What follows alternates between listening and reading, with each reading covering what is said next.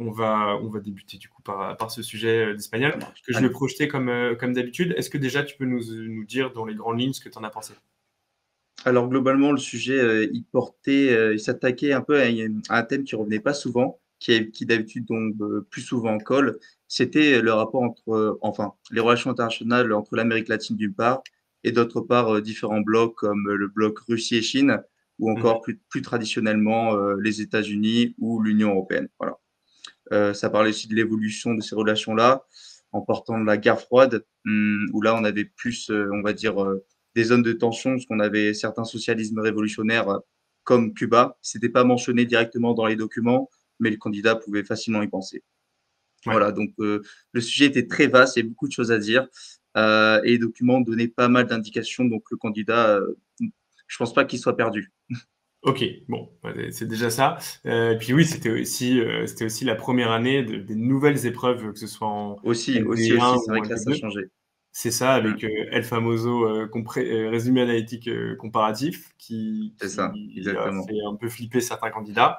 On Mm, pourra bien sûr en dire un mot. Bah, d'ailleurs, à vrai dire, bien on peut sûr. même commencer par ça, puisque c'est la première partie de l'épreuve. Allez, Alors, c'est pas obligé c'est de la ça, traiter c'est la dans première l'ordre, mais partie, le voilà, premier on va faire ça morceau. comme ça. Donc, ce résumé analytique comparatif qui nous précisait bien qu'il fallait utiliser le document 1 et 2. Donc voilà, ça, c'est une question qui était pas mal revenue aussi la semaine dernière. Est-ce que c'est tous les documents? Est-ce que c'est une partie de document? Bon là, heureusement, ils l'ont bien explicité, ce qui est quand même une bonne chose. Et donc là, contrairement à la LV1, on a quand même pas mal de mots pour y répondre. Là, c'est 250 mots, marge Ouais, de plus ou moins 10, donc 225, 275. Et là, bon, je te laisse commenter, parce que voilà, ce que je te disais tout à l'heure, ayant fait allemand, je suis bien incapable pas de souci, d'avoir un je vais avis prendre la là-dessus. main maintenant. C'est ça. Oui, donc, bah alors comme je disais, alors la première question du résumé analytique portait sur l'évolution des relations entre l'Amérique latine et les grandes puissances mondiales. Voilà, c'est la traduction du libellé du sujet.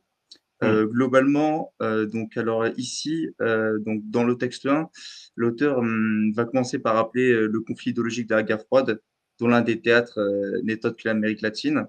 Il va Mhm. mettre en avant l'influence de la Russie et de la Chine, plus récemment dans le cadre de la crise sanitaire, où l'Union européenne et les États-Unis ont mis plus de temps que la Russie et la Chine à intervenir en Amérique latine. On peut notamment parler de la Sputnik qui arrivait très rapidement. Ça, c'est l'exemple donné par l'auteur. Et de la même manière, d'un point de vue plus économique, la Chine, elle se positionne comme un acteur, enfin plutôt comme une alternative économique au développement, plus fiable que les États-Unis pour certains pays comme le Nicaragua. Hmm. Par contre, l'auteur, il va aussi nuancer son propos en disant qu'il y a certaines limites à se rapprochant entre la Russie, la Chine avec l'Amérique latine, notamment parce que d'une part, que ce soit la Russie ou la Chine, ce sont des dictatures, et on a certains pays d'Amérique latine qui adoptent plus un modèle, en fait, qui ont un modèle démocratique et qui donc expriment quelques réticences à dialoguer avec eux. Ça peut se comprendre, c'est notamment le cas du Chili, c'était l'exemple donné par l'auteur. Et aussi d'un point de vue économique, le modèle économique chinois, il est fondé sur l'exportation de produits manufacturés et sur une main-d'œuvre bas marché. Ça va entrer en opposition directe avec la stratégie d'industrialisation de l'Amérique latine, qui elle aussi voudrait se forger une économie basée sur des produits manufacturés exportés et une main-d'œuvre bas marché. Or, Hmm. dans une relation de commerce entre deux blocs, elle ne peut fonctionner que si chacun spécialise dans un secteur différent. Donc ça, c'était l'une des limites. Sinon, le texte 2, lui, va plus se concentrer sur l'autre bloc, le bloc occidental avec l'Union européenne surtout, en disant que donc globalement, on a toujours eu des liens, notamment avec le passé, avec l'Espagne qui a toujours un rôle très important, des entreprises sont développées là-bas, mais que donc on a des difficultés à mettre en place des accords de libre-échange, notamment en raison du fait que l'Union européenne souhaiterait imposer des normes environnementales et, euh, et que de même, d'autre part, dans le cadre notamment de l'Argentine, le président Alberto Fernandez insiste sur le fait que cette coopération ne peut voir le jour que si les intérêts de l'Amérique latine en matière de souveraineté énergétique alimentaire sont pris en compte. Donc globalement, on a deux perspectives très différentes dans les deux articles, aussi très nuancées. Donc la difficulté pour le candidat, c'était vraiment de retracer le cheminement de pensée de chacun des auteurs en essayant de les confronter, sachant qu'aucun des deux ne parle des pays cités par l'autre. Donc, le texte 2 ne parle pas de la Russie ou de la Chine et le texte 1 ne parle ni de l'Europe ni de l'États-Unis, non, ni des États-Unis. Donc, Hmm. ça pouvait poser un peu de problème. Voilà. Mais Ouais, globalement, on retrace quand même assez bien les idées. ouais, c'est intéressant ce que tu dis parce que donc Jules nous dit, contrairement à l'anglais hier, je n'ai pas trouvé comment comparer et trouver des nuances entre les deux documents car Voilà, ils disaient tout simplement pas la même chose. c'est ça, voilà. C'est assez compliqué, surtout que, aussi d'un point de vue historique, le document 1, lui, va plus s'intéresser à la guerre froide, ce qui se passait à la fin du siècle dernier, tandis que le document 2, lui, est beaucoup plus récent et s'attaque à des problématiques de libre-échange actuelles entre l'Union européenne et l'Amérique latine. Donc oui, ça, c'était la principale difficulté que pouvait présenter ce résumé analytique. Et comment du coup tu t'arrivais à trouver un dénominateur commun entre ces deux textes selon toi? Hum, alors, il fallait avant tout donc faire une réponse thématique, donc d'un point de vue d'abord politique. Donc là, on a le problème qui est cité dans le document 1 en référence donc à l'impérialisme américain, donc qui dit que certains pays préfèrent choisir la Chine comme intermédiaire ou en tout cas comme alternative maintenant économique et aussi politique, et qu'à ce niveau-là, on pouvait aussi comparer le fait qu'en même temps on a beaucoup de pays d'Amérique latine, dont l'Argentine, qui est cité dans le document 2, qui, lui, enfin le pays, souhaiterait développer les liens avec l'Espagne comme porte d'entrée vers l'Europe. Donc là, on avait des comparaisons à faire à ce niveau-là. Après, je ne sais pas si c'était nécessaire de parler d'idée de la guerre froide qui revenait au cours du premier paragraphe du texte 1. Je pense pas, Oui. parce que le texte 2 n'en parlait pas du tout. Et au niveau des idées récentes, il y avait aussi un point très intéressant auquel il fallait parler, c'était la vitesse à laquelle les accords sont passés entre les deux blocs. Parce que d'une part, dans le texte 1, on voyait très bien que ce soit la Russie ou la Chine, les accords se développent très rapidement, notamment lors de la crise sanitaire, on a eu des envois de doses très rapides, notamment de Sputnik. Et dans le texte 2, l'auteur insiste davantage sur l'idée que enfin cela fait des décennies qu'on essaie de mettre en place des accords de libre-échange, mais qu'on a toujours des difficultés à les mettre en place. Donc, c'était cette différence de rapidité sur laquelle il fallait insister aussi. Ok. Ouais, sachant qu'en plus tu as 250 mots, ce qui Ouais, est pas énorme quand même pour comparer deux textes. Donc c'est ouais, ça. il fallait quand même se débrouiller avec ça. Ok, ouais, donc oui, je comprends la remarque de Jules. C'est vrai que c'est pas trop évident. Et puis c'est Mm. aussi la première fois qu'un exercice tel que celui-ci est proposé à BCE. Alors c'est un exercice qui ressemble beaucoup à ce que les prépas 1G peuvent faire à Centrale. Mais bon, est-ce que c'est les mêmes attentes? Pas forcément. Bon, enfin, ce sera intéressant de voir aussi le rapport de jury, de voir Ouais, comment justement clairement. ils rapprochent le sujet. Ça fera un petit peu jurisprudence après, quoi. Ok, Exactement. ok. Et donc ensuite, on avait 350 mots cette fois-ci, toujours avec une marge de 10% pour la question du coup d'expression personnelle, enfin, laisser argumenter, puisque c'est maintenant le syntagme qui est employé. Là aussi, donc je te laisse un peu commenter D'accord. cette question.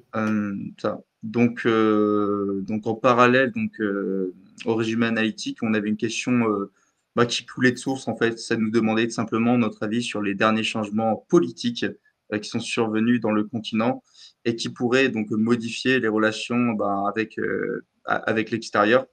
Donc globalement, le document 5 nous montrait clairement que l'Amérique latine est politiquement à gauche, notamment avec l'élection au Brésil, la récente, mais aussi au Ouais, Chili. Donc ça crée pas mal de changements au niveau de l'extérieur, parce qu'on a pas mal de pays maintenant qui, lors du conflit ukrainien, n'ont pas souhaité se positionner. Donc ça, c'était une première, parce que d'habitude, les pays d'Amérique latine suivaient en quelque sorte la voie des États-Unis pour éviter notamment des répressions financières. Bon, certains pays les acceptent coûte que coûte, c'est le cas du Nicaragua. Mais maintenant, on a ce changement, on va dire, de paradigme, car on a la Chine qui entre en jeu, qui se développe et qui assure une alternative, comme je l'ai dit au début, économique. Donc, on n'a plus peur des répressions. On pouvait aussi notamment penser répondre à cette question-là en utilisant une approche très intéressante, euh, car récemment, le Brésil puis l'Argentine ont choisi dorénavant de régler les importations chinoises en yuan et non plus en dollars. Donc, on hmm, assiste en quelque sorte à un effritement de l'hégémonie du dollar et une remise en question des relations entre l'Amérique latine et les États-Unis, alors même que les États-Unis sont embarqués dans le conflit ukrainien. Alors la Russie, elle, d'autre part, on assiste quand même à un certain retrait d'Amérique latine, notamment au niveau du militaire, étant donné que donc elle est engagée en Ukraine simplement. Et donc pour répondre à cet essai, il y avait pas mal d'idées qui pouvaient venir aux candidats. Alors tout d'abord, donc oui, comme j'ai dit, l'absence de positionnement sur la question de l'Ukraine, et aussi le fait que donc les relations entre la Chine et l'Amérique latine ne font que grandir. Et il fallait citer des exemples. Donc, l'un des exemples les plus marquants, pour moi, c'était en 2014 avec le président du Nicaragua, Daniel Ortega, qui a accepté de lancer la construction d'un canal transocéanique, un tout nouveau canal, financé par des capitaux chinois. Et en guise de paiement, une fois le canal terminé, le Nicaragua doit renoncer en faveur du gouvernement chinois pour une durée de 100 ans au contrôle du canal. Donc, ça va Ouais, donner un avantage économique énorme à la Chine. Ça revient en fait à créer un deuxième canal de Panama en quelque sorte. Et oui. donc, la relation économique entre les deux pays promet de perdurer. Et en même temps, on pouvait aussi penser au fait que combien même l'Europe participe au développement économique de l'Amérique latine, ben, au final, force est de constater que le dialogue entre les deux blocs est parfois tendu. Et pour ça, on pouvait notamment faire référence au président mexicain AMLO, qui n'hésite pas, c'était en 2019, si je ne me trompe pas, à envoyer une lettre officielle demandant des excuses au roi d'Espagne en raison des conquistas. Alors là, dans le cas ici, il s'agit d'un procédé d'instrumentalisation de la question indigène, mais on remarque que bien souvent, les relations entre l'Europe et l'Amérique latine voilà, s'enflamment assez rapidement. Donc là, c'était les deux grandes idées qu'il fallait citer. Si on souhaitait répondre en faveur du fait que l'Amérique latine va se tourner vers de nouvelles relations avec la Russie, la Chine et plus globalement les autres BRICS, voilà, et donc aller limiter son interaction avec les pays occidentaux. Mm. Ouais, Clémentine qui dit l'essai faisait référence au nouveau changement politique, donc il fait rester dans l'actualité. Enfin, ça dépend de ce qu'on appelle l'actualité, c'est pas forcément la Ouais, petite voilà. semaine. Mais effectivement, Oui, il s'est passé pas mal de choses. Enfin, ce que tu mentionnais, la visite de la Chine en Amérique, enfin des instances chinoises en c'est Amérique ça. latine, c'est très récent, hein. C'était la semaine dernière, il me semble. Euh, Ouais, c'est ça. ouais, Mais surtout d'un point de vue économique, ce qui a vraiment marqué l'actualité, ça peut paraître anodin, mais c'est énorme quand même comme coût. C'est le passage du dollar au yuan pour régler les importations. ouais. Ouais, absolument. Et après, bon, sur enfin, bon, voilà, le Lula, par exemple, c'est encore relativement récent. Alors après, c'est un pays lusophone et pas hispanophone, mais bon, ça Ouais. pouvait évidemment, bon, quand même, c'est difficile d'occulter le Brésil quand on parle de l'Amérique latine. Après, Enfin, autant parler de l'Argentine, parce que l'Argentine a fait le même choix, donc oui, bien soit l'un, sûr, soit l'autre, au final. exactement, Ouais. tout à fait, c'est même plus récent. Jules qui nous dit, pour l'essai, j'ai axé ma deuxième partie sur le fait que les changements liés au nouveau virage à gauche, oui, c'est ça, enfin, il y a cette expression un peu galvaudée de virage à gauche qui concerne, en gros, grosso modo, les années 80. Et là, donc, voilà, l'idée que c'est un nouveau virage à gauche, donc seront plus importantes dans les pays que par rapport à l'extérieur avec le Brésil et le Chili. Alors, attends, je relis la question parce que j'ai pas compris. J'ai axé ma deuxième partie sur le fait que les changements liés au nouveau virage à gauche seront plus importants dans les pays peut-être qu'il manque un adjectif, non? Que par rapport à l'extérieur avec le Brésil et le Chili. Je sais pas si tu as compris la question ou il doit peut-être manquer un mot. Ouais, je suis pas sûr de bien cerner ce que tu Ce veux que tu veux dire, dire, je pense qu'il Jules. manque un mot, il manque un Mais, mot. euh, Mais oui, mais c'est quand même intéressant quand même de parler des conséquences du changement à gauche, hein, parce que ça va retracer. Donc, en fait, c'est tout l'enjeu du sujet, quoi. C'est savoir quelles vont être les conséquences futures. Donc, Mm. oui, Ok, bah, on peut passer peut-être rapidement pour terminer à la traduction. Bah, n'hésitez pas d'ailleurs à nous dire, alors tu pourras la commenter globalement, mais bien euh, sûr. voilà, si vous avez eu des difficultés particulières, n'hésitez pas aussi à les mentionner dans les commentaires pour qu'on puisse y répondre. Donc là, c'était le cas d'ailleurs l'année dernière, n'importe quoi, hier. En général, visiblement, c'est la première partie du texte qu'il faut traduire. Et donc là, en l'occurrence, c'était un article du Monde, hein, voilà, si je ne dis pas de bêtises, Ouais, voilà, qui débutait relativement long, j'ai l'impression, le sommet des Amériques, et on avait jusqu'à d'accepter dans le pays. Donc là, c'est ça. bon, peut-être est-ce que tu as vu des difficultés syntaxiques, de vocabulaire Hum, particulières? Globalement, le thème était facile d'accès, bien en fait, il y avait quelques expressions. En fait, fallait avoir un certain vocabulaire pour pouvoir y répondre, mais c'était accessible, je pense. On pouvait commencer avec l'idée d'afficher un front uni au tout début, On pouvait simplement traduire par hacer frente común ou une autre traduction très simple, très transparente.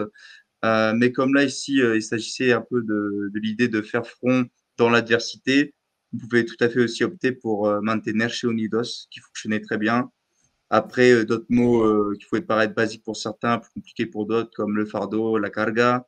Dans le cadre de la 9e édition, il fallait connaître la traduction de 9e, la novena.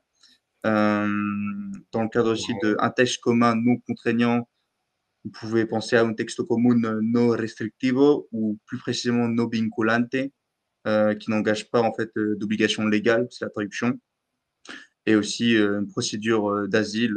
Procedura, ça n'existe pas, désolé, mais c'est un procedimiento de asilo. Voilà. Ok.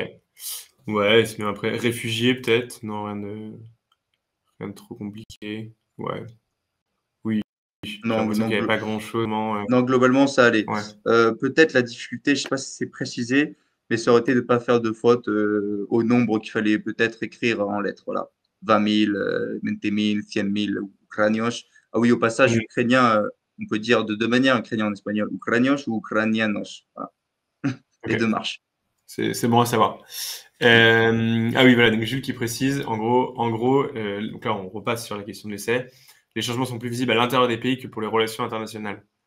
Je sais pas si c'est, enfin, bon évidemment c'est les affaires courantes sont Euh, plus importantes, mais je sais pas si c'est vraiment le cas, à vrai dire. oui, ben, bien évidemment, j'imagine, ben, c'est les premiers concernés, donc oui, j'imagine que le changement va être plus visible à l'intérieur du pays. Après, est-ce que discuter ce point-là, ça va directement répondre au sujet? Je sais pas, parce que là, c'est plus l'analyse du changement de manière, ben, enfin, plus sur la politique intérieure que sur la politique étrangère. Ouais. Ça me semble être, oui. Ok. Bah, voilà, je pense que c'est à peu près tout. On va pouvoir passer à l'allemand. Je sais pas si tu veux dire un dernier mot sur ce sujet globalement. Bon, il reste les épreuves Iéna, d'ailleurs, pour ceux qui les passent. Oui, oui, oui, oui, il reste les épreuves Iéna, là, qui vont tomber demain, si je me trompe pas, ou après-demain. Demain pour la LV1 et après-demain pour la LV2. Ouais, c'est ça. Ok, d'accord. Non, ben, globalement, je pense que si vous avez, en fait, en LV2 espagnol, ce qui va compter le plus pour se distinguer, c'est avant tout de limiter ses fautes de rédaction. Parce que maintenant, dans la nouvelle épreuve, les rédactions, elles ont pris un poids énorme, alors qu'avant, on avait quand même une version qui nous permettait de contrebalancer des erreurs qu'on pouvait faire dans nos essais. Maintenant, ce qui va vraiment distinguer les candidats ici, ça va être les essais. Voilà. Donc, limiter au Mm. maximum les petites erreurs classiques, les barbarismes en espagnol, les fautes au niveau des propositions, le subjonctif aussi qui revenait dans le thème à traduire. Et ça devrait bien se passer, je pense. Allez, ça marche, c'est parfait. Bon, merci beaucoup Ça marche. Ignace. J'ai partagé par ailleurs ton analyse écrite hein, dans le chat. Voilà, pour ceux qui sont un petit Super. peu en retard, vous pouvez la retrouver. Et Brian, hop, est-ce que tu Ça me vois? marche. Oui, salut Bon, allez. Brian. Bonne soirée à tout le monde. À bientôt Ignace.